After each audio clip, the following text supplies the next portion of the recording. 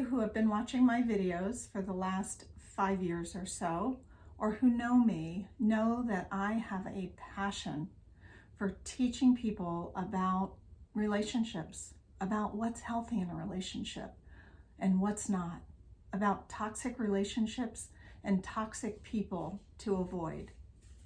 Earlier today, I was thinking about the feedback that I've gotten over the years and how all of that information, it has been so helpful to so many of you. And I just really appreciate you taking the time to give me that feedback. And I will keep making videos to educate you. But in addition, I'm going to be making more and more videos that really focus on you. There comes a point when we can almost educate ourselves too much. And in doing that, we get stuck in our head, thinking about, hearing about, reading about, analyzing. Is he a narcissist? Is he not a narcissist? You know, the different tactics that are happening. It's important because until we have insight, until we understand what's happening, we cannot begin to change patterns. We don't know. And toxic relationships tend to cause this fog of confusion. I remember being there myself, and it was just absolutely terrifying, isolating, overwhelming, incredibly sad. And so I sought information first.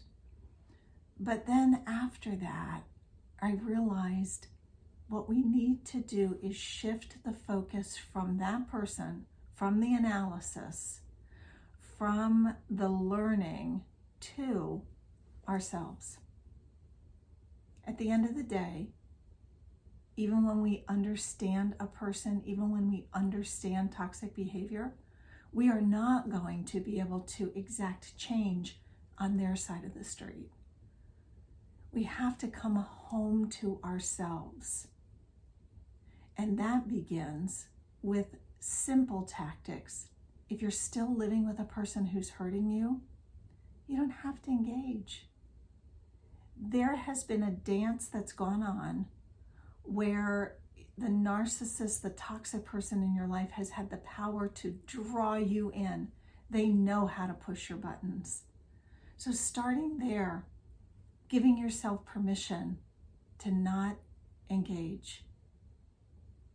There's a terrific author by the name of Patricia Evans whose book, The Verbally Abusive Relationship, is full of specific strategies that you can do in the moment.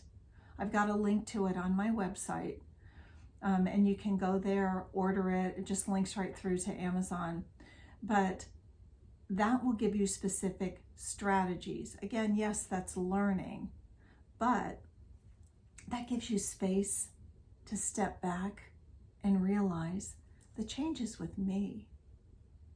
When I change the strategies, when I change the willingness to engage, when I relate to this one big time, when I let go of the idea that I can help this person, when I set a boundary and I step back, and if necessary, another, and I step back, whether it be emotional boundaries or physical boundaries, your healing will begin when you give yourself permission to take your eyes off of the person who's hurting you and bring them back compassionately to yourself. It's hard, it's not easy. We all need support. That's why I just developed the groups, and there's a couple of them starting really soon. I wanted to make coaching accessible to everyone. I know so much of the pain of a toxic relationship with a narcissist can involve finances. It's really, really hard. I get that. And yet you need to invest in yourself. These groups are about $50 per session. Pay it up front. You can put it on a card. There's 2 that are starting up. The first is Wednesday, May 4th at 7 p.m. Central Time, and it's going to run for 6 consecutive weeks. The second is on Saturday, May 14th at 4 o'clock in the afternoon. And again, this is going to run for 6 consecutive weeks.